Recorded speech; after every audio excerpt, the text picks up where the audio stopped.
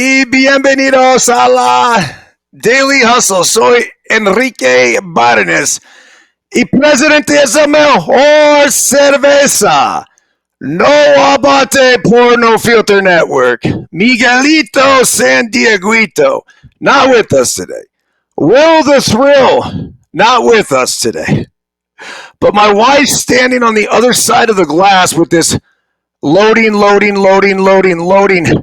page. That doesn't help, honey. That's your internet reception. We're trying to figure out if I had audio because I just came on here and did about 15 minutes or so with absolutely no audio.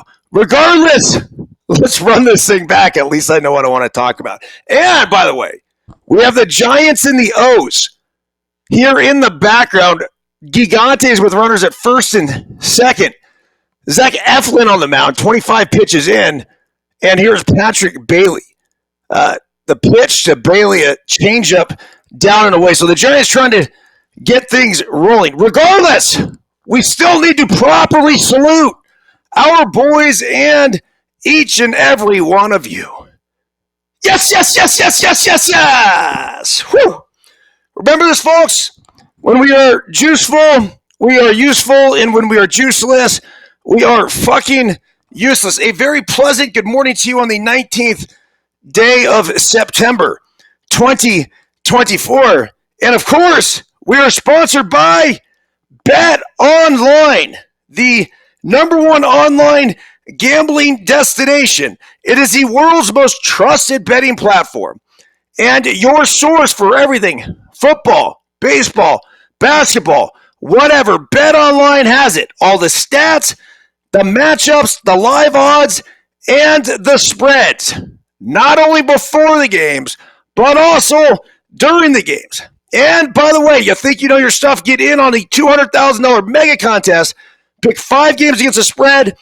And every week, you'll have a chance to win weekly prizes and a share of that $200K. When the game's over, head on over to the online casino where you can get in on the blackjack or poker action, or just unwind with a game. How about 150 games of slots? Your choice. Head to the website today to get in on the action. Bet Online. The game starts here. We're also sponsored by Techies. That's right. You ever chew tobacco? You deal with whatever you deal with. You have the mouth fetish like I did for a long time. Looking for a little bit of a kick, but you don't want the nicotine. Nicotine's not great for you, obviously. How about the caffeine pouches? Techies. And kind of like Kowalski said, he's got a good point, as I showed him this yesterday. The bulge here is just not very big. And it's not like I'm walking around like I got a fucking big lipper of Copenhagen in. It's just, let's got to pop that in. And that's it. And also, the Foot Reflexology Board. Go to ericburns.com to pick up one of those, along with the Daily Hustle 222 Unfiltered Life Guidance from a Human Crash Test Dummy. You can get yourself a Let Them Play parenting and coaching guide to youth sports, as well as the Effortless Life Lessons from a Human Crash Test Dummy. And if you're looking for a flippy, that is your spot to get it. So it looks like the O's get out of it. They need a win desperately right now, by the way. The Daily Hustle quote of the day, one I put up on IG earlier, and it is that people tend to rise to our level of expectations. So, what does that mean? Expect great things. That's it. Have faith in people. There's nothing wrong with that. Sound good? Yeah, I thought so. Okay, scores from yesterday. The A's 5-3 over the Cubs. The Oakland A's stay hot. The Cubs continue to reel. They're 77-75. They made a nice little late season push, but meh. Arizona Diamondbacks 9-4 over the Rockies. Corbin Carroll, by the way, becomes, I think, like the 4th Diamondback to have multiple 2020 seasons. Chris Young was one of those guys. Justin Upton was one of those guys. And me too. So that's pretty cool. Good thing on Corbin Carroll. Obviously didn't get off to a great start for the season, but he has absolutely killed it since. And the Diamondbacks desperately needed a win after dropping the first two to the Rockies. The White Sox continue their historic horseshit season, losing 4-3 to the Ron Washington Los Angeles Angels. Giants 5-3 over the O's. Giants have turned it on here as of late. You got to imagine Bob Melvin and the crew would like to get back to 500.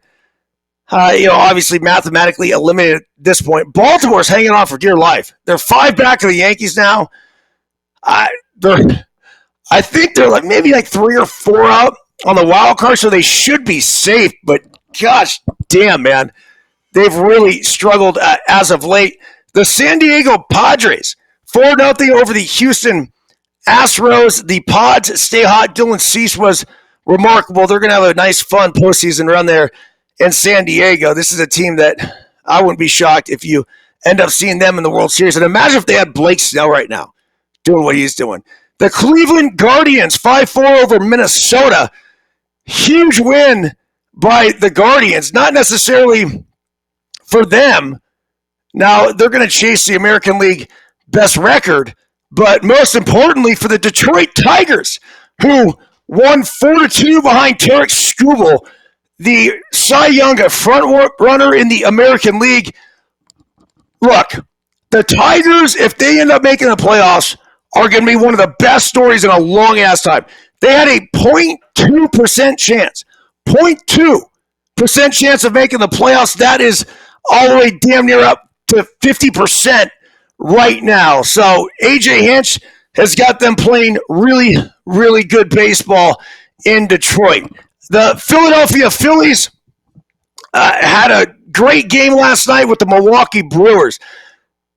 Couple of terrific pitching performances, but then it was Jackson Chourio, the 20-year-old from the Brewers, that ends up getting the big triple, in the Brew Crew go on to win. They had already clinched the Central Division earlier in the day with the A's win in Chicago, but they got to let their hair down last night and party in Milwaukee, and what a great moment with Bob Uecker there with his wife, snuggled up, doused in champagne, basically saying, hey, look, I'm not really the local broadcaster. I mean, I am, but I kind of look at myself as one of the guys.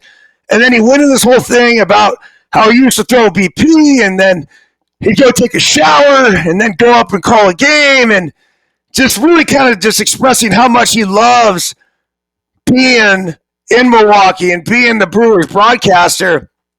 And look, in my opinion, this guy's everything. He really is.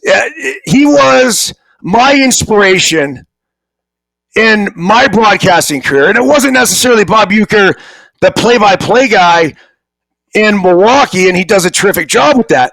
But it was the Harry Doyle character in Major League. I watched him broadcast those quote-unquote Major League games, right, where he would just cut loose and be himself. And that's exactly what they told him to do, even following a script. There was no script. They said, Bob, come on here, do what you would normally do and fuck around and have fun. And in my opinion, that was everything. I'm like, yeah, that's fascinating. And that's what I would want to do if I were a broadcaster. Well, look, all these years later, here we are. I can honestly say Bob Uecker was the inspiration behind No Filter Network. That's it. I sit here and watch Logan Webb right now pitch to Kjerstad.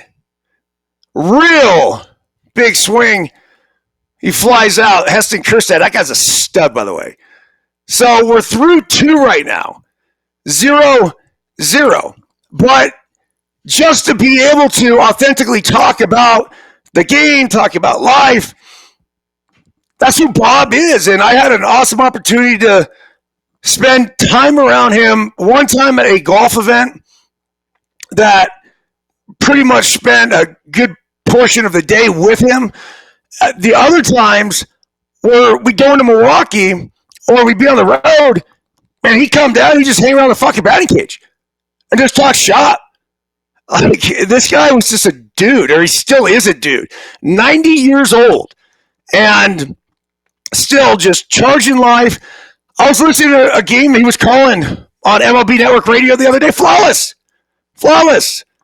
And anyone wants to say, oh, he's getting old, he's at this. Fuck off. I like that. Part of the imperfection is part of the perfection.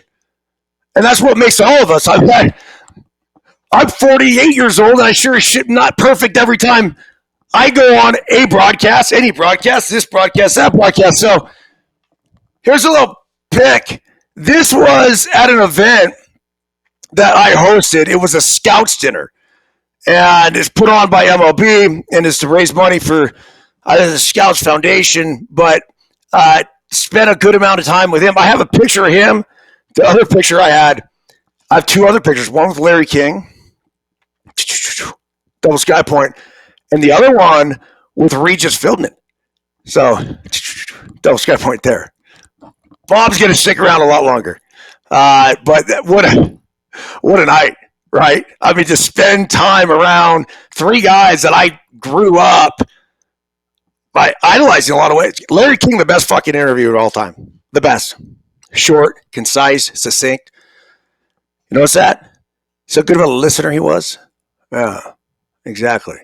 I've tried to really model, whenever I have guests on, I'd pay attention to really short questions with substance. That was Larry. And then Regis, I grew up watching Regis. My mom had no choice, by the way.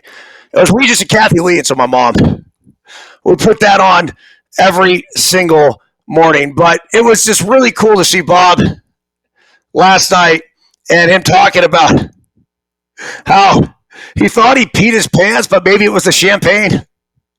He wasn't quite sure. He said it twice. He said he once was on the field, right, when he was there with his wife. And then the other time was Pat Murphy, who had, put his arm around him and said, this embodies a champion. And Pat's fucking right. Pat is, kudos to him. What he did with the Milwaukee Brewers, he inherited a team, a council. Everyone's going to say he jumped ship, took on, whatever. Look, Craig Counsell could have died in a Milwaukee Brewers uniform and been totally comfortable for the rest of his life. I think he wanted the challenge. He wanted to go to Chicago. You got to understand this is a bigger market. Yeah, maybe he was chasing the money a little bit, but Counsell ain't about money. It's just not. His lifestyle is not going to change. I mean, he might buy a few racehorses. He might fly private. But other than that, this guy's lives a very simple life.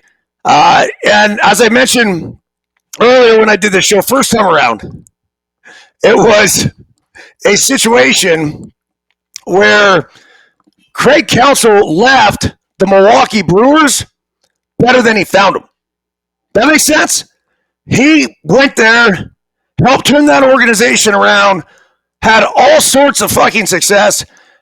If you talk to Theo Epstein, which I did this offseason, and I asked him about the whole Counsell situation, and I was inquiring about the David Ross thing too, because David Ross, in my opinion, did a terrific job with the Chicago Cubs. So for Ross to get ousted, and he said this really had nothing to do with Ross and had everything to do with Counsell, because they had always said that if they had a chance to get Craig Counsell, they were going to fucking go after him and go after him hard. They felt like he impacted a game more than any other manager that they ever went up against. So that was Theo, and I know Theo's not with the Cubs anymore, but Jed Hoyer is, and those two guys were, together in every move and decision that they made when Theo was in Chicago. And so I think once he became available, they're like, fuck it, let's go after him. And look, if you want to value a win per player, I want to say it's about $4 million, right? So if you think you could get 2 wins a year out of a manager by making decisions that he makes, that's an $8 million manager. And they should be. I think managers are fucking underpaid, like way underpaid. Counsell, who is now the highest paid manager, is appropriately compensated and good for him. And look, did things turn out perfectly in Chicago? I don't know. I didn't expect the Cubs to make the playoffs anyway. They're above 500, so as far as I'm concerned, Counts has done a terrific job in Chicago as well. But Pat Murphy, understand this. He's a savage. This is a guy that showed up on the doorstep of Notre Dame, goes up to the athletic director and says, hey, Pat Murphy, I'm your new head baseball coach. He then goes to Arizona State and does a terrific job with that program. He had his teams and his players playing like motherfuckers. Those dudes played hard. They were ready to fight. They embodied who he was as a coach. Even Hill Rose said it last night when they had Pat Murphy on. It was like, Pat, he said, I just kind of noticed that, this team kind of resembles a college team. And Pat's like, look, I don't know. To call what you want. He said, but I got fucking baseball players in here. I got dudes that are ready to go to battle. I got guys that want to win. And if that's your main objective, we're going to get along. And we're going to do great. And if it's not, we're going to get you out of here. That's what I love about Pat Murphy, the ultimate competitor. Okay, Dodgers 8-4 over the Miami Marlins. Shohei Ohtani is 49th stolen base. Look, this 50-50 is not a guarantee. The 50 bags are going to come. He's going to continue to get on base. He's going to be fine. He'll get the 50 bags. He still needs 2 more homers. Hitting home runs when you're trying to hit home runs is fucking hard. So this is not a foregone conclusion. I'm rooting for him. I hope he does it. But understand, it is very, very difficult to do. So we'll see how that whole thing plays out. Boston, I take that back. They're back to 500 with a 2-1 win over Tampa. And then it was St. Louis 10-5 over the Pirates and just a fucking meaningless game. St. Louis 77-75, though. They're going to miss the playoffs. They had a nice little turnaround because their season started dog shit as well. Texas, 2-0 winners over Toronto. And then last night in Seattle, this was wild. The Mariners are hanging on for dear life in the American League wildcard chase. Randy Arozarena is at the plate. J-Rod, Julio Rodriguez, is at third base. They have no outs. Julio Rodriguez takes his lead off third base. Arozarena gets a slider down and away with 2 strikes, swings and misses. The bat goes fucking flying right at J-Rod. J-Rod jumps out of the way of the bat. The only thing he could do. And then sort of drifts off.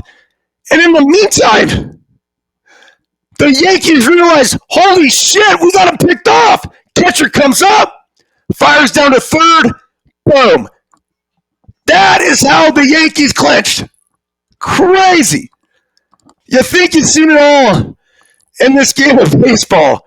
And, I mean, it's just, I'm looking at this, and you got to scratch your head if you're a Mariners fan. Going, what the fuck, man? I mean, are we serious with this? Well, anyhow. All right, let's see here. Yeah, I guess that's about it. I gotta play pickleball. Sorry about the audio issues earlier. I don't even know if it's fixed now or not. I'll find out, I guess, only when I go back and this recording is generated. In the meantime, I'm going to continue to try to grind away with this. The headset, the whole setup here for me is fantastic. You guys feel it? I mean, this is the Boogie Nights music. Yeah. Hold on. We got the cricket sound. Can we get all these going at once? So we got the clapping, the cricket, the Boogie Nights music, and the wow. Too good. Okay, now let's try to stop it all.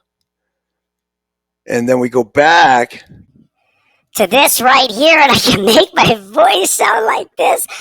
I will struggle through whatever audio issues I have to, just so I can sound like Alvin Simon Theodore! So good. All right, love you guys. Have a fantastic day. Back with a daily hustle tomorrow. See